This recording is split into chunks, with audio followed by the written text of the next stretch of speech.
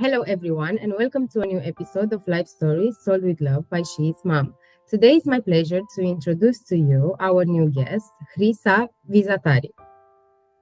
She is the founder of Chrysology Coaching and the co founder of Growth Up, a coaching platform that offers online courses, workshops, and events on personal and professional development.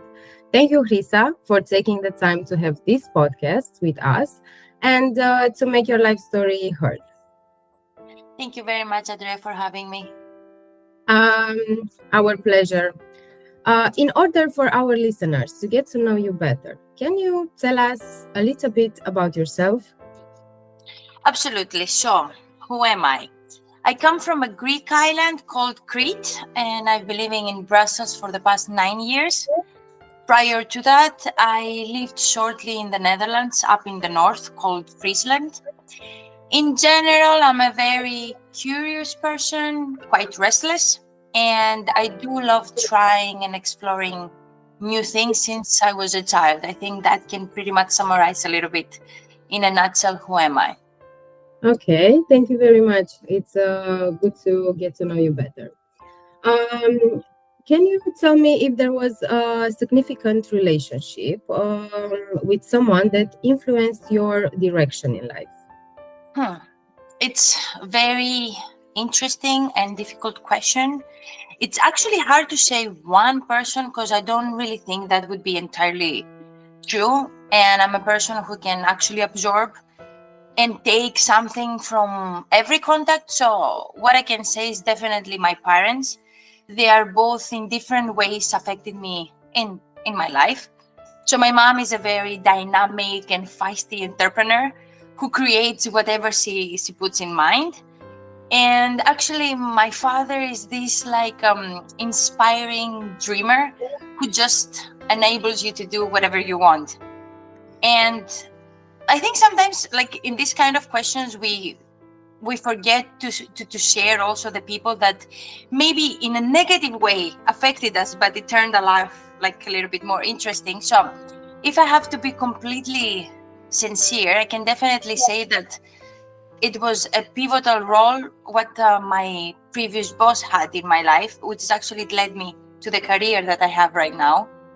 Oh, Yes, because in all fairness, I mean, the it was quite like there were like some toxic trails, and I was quite like desperately seeking a way out. And coaching for me came into my life out of, maybe I can say, out of desperation, self exploration.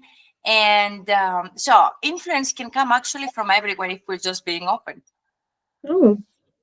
oh, that's very nice to be honest, and could be an inspiration for all of us that have a very negative manager or mentor. Yeah. Yeah. So, as I saw on your pages, you traveled a lot in Greece, Netherlands, and in Belgium. What can you tell us about your experience while working in so many different countries, and what difficulties did you had as a woman? Yeah. Netherlands. I was there. I was very young. I worked there as an ancient Greek teacher. Yes, I really enjoyed my time there, and in general, I pivoted a lot in my career. So I cannot really say that I had particularly difficulties as a woman. Maybe more like as a foreigner or a non-native, or even like the age part was sometimes an obstacle for me. But I'm also a person who just, I go for what I want, I ask for what I need. But I can definitely say, and I had like asking this question about like what was the difficult as a woman. There was a case where I discovered that I did indeed, I was paid less than a male colleague who had like less work experience. And of course, I got furious that time. And I went to my management and I actually demanded not equal pay. I asked for even more, feeling like entitled that I do work more than my colleague. But I do like in general do focus on the human aspect, and I really do focus on what makes me me and unique. So it might be cases where there were some, let's say, difficulties as a woman, but I see it more like as a just another obstacle to overcome. Okay, okay, okay. Yeah, might be frustrating when you see other people at the workplace Yeah. having more than you. And during your process, Yeah. what can you teach us uh, from your, for example, when we feel stressed, we as human, we have some techniques to Yeah. calm ourselves. To what is yours? Ah, I have actually many, and in general, I try to practice what I preach. I think it's quite important, and I think like I have different tools and techniques, but for the sake of just like sharing few here, I think it's very important the self regulating. So I can just briefly go through three exercises. The first one is like I'm always saying, labeling your thoughts. So I mean, thoughts are coming, but we just need to be aware about them and just label them. And sometimes just even just put the label out there, it just takes the power away from the thought. Like for example, now I'm thinking negatively about myself. You just label it and you're just being aware about it. Or now I think negatively about the situation, or now I create negative assumption or about my colleague, about my friend, about this and that.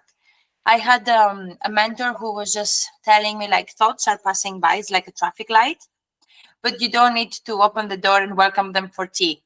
So sometimes just like recognize that they just pass by, letting them go is very important. Another self-regulating technique that I do practice a lot, and I always share that with my clients, friends, pretty much with everyone, is the basic principle of breathing. You would tell me, Andrea, like Chrisa, we all breathe, right? I'm like, no, it's we sometimes we hyperventilate, especially when we get stressed.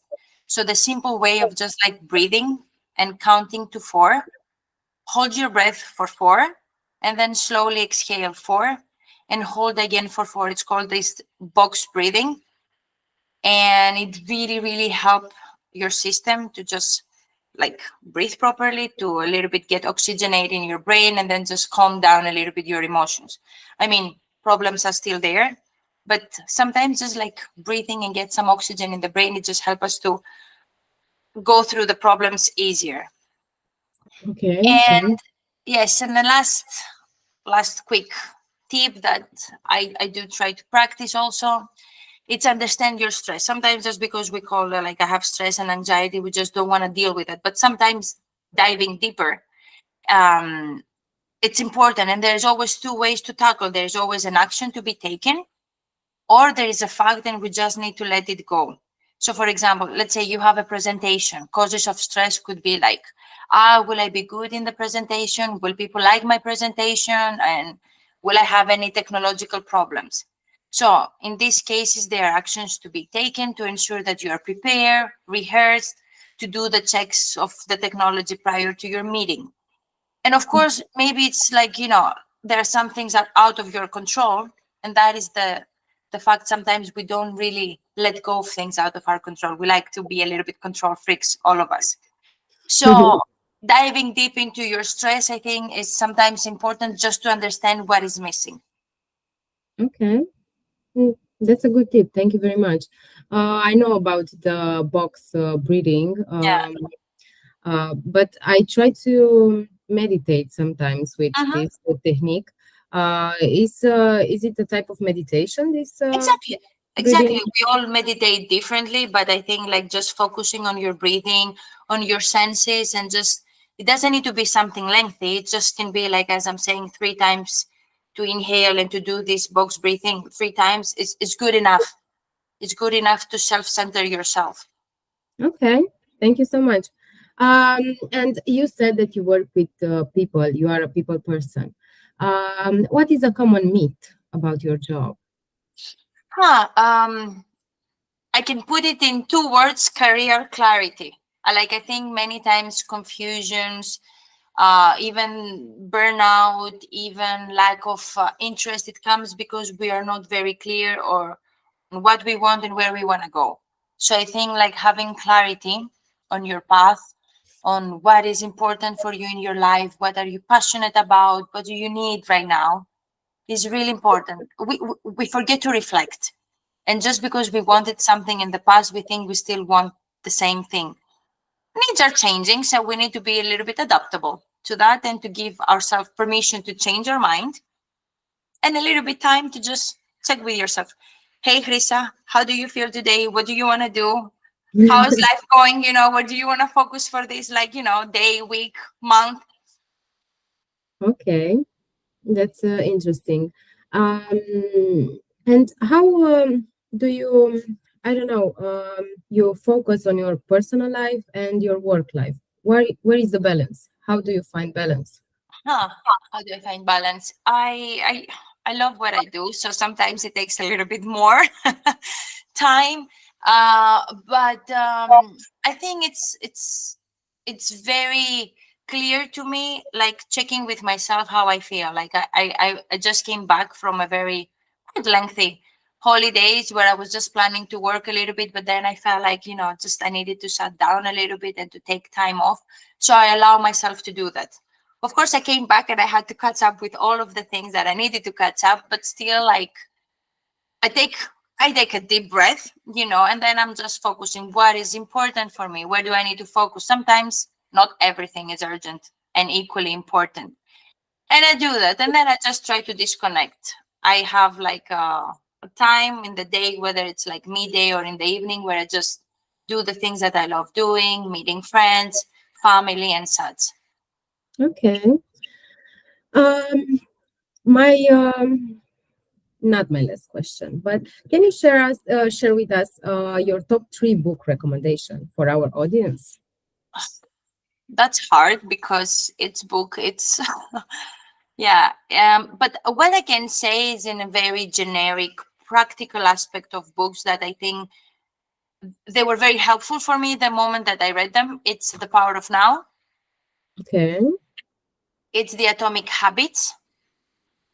Yeah. And another book that I really loved is The Obstacle is the Way. Okay. And why did you love it? I loved it because sometimes we always, not sometimes, many times, if we're going to be honest, most of the people, we tend to create with our mind like 1,000 ways of why something it will not work. And this book, it really like gives this like funny flair of like whatever the obstacle, that's the way. That's meant to be. And it comes back to my first answer where I said about this toxic trail boss. It was horrible when I was there, but he was the way to lead me to the career that I have right now. And I'm super grateful for that. So, whatever you think is like it's stopping you, it's also what enables you. Okay. And may I ask you, did you had a chance to talk with your ex-boss? No, we have zero contacts. No. Yeah, sometimes it's better that way. Yes, I think so. Um, okay, and as we wrap up, what message of hope or piece of advice would you like to leave our audience with, especially for those who might be facing similar changes in their life? That's the most difficult thing for me to say one thing because I always have so many things to say. Share But with us. but what I can say is that I really do believe that we can really do anything that we want, and I really want everyone to believe in themselves and to realize how amazing it would be, like just to be who they actually want to be. And the one thing that I can just say, if you want to take one thing away besides the breathing exercise, start maybe every morning and have a positive thought in your mind, whatever that is. It can really save your morning, or it can even save your whole day, and it's actually start rewiring your brain from seeing a more like negatively wiring in like environment into a more positive. And it's very simple and it's for free. Yeah. To be honest, I started to do this. I talked with Fabio in another podcast, and he suggested this, and I started to practice this every morning. I woke up and I say, "I'm gonna have a great day today," Yes. and my face is changing. It's something. Is there a science behind that, or? Absolutely, there is, because it's like how the whole the American Psychology Association turned the whole like positive psychology element. They're saying like we always ask what's wrong with you, and the brain will just give answers, but we never ask what's right with you. Like it's the whole societal, a little bit more negatively wired, you know, framing, Okay. and it takes a little bit of an effort to just reshape a little bit and rewiring your brain. But it's beautiful once that happen, because then from the moment you put an effort, then it's becoming automatic. Yeah. It's like brushing your teeth. Yes, exactly. Thank you again for your time, Risa. Good day, everyone. Thank you.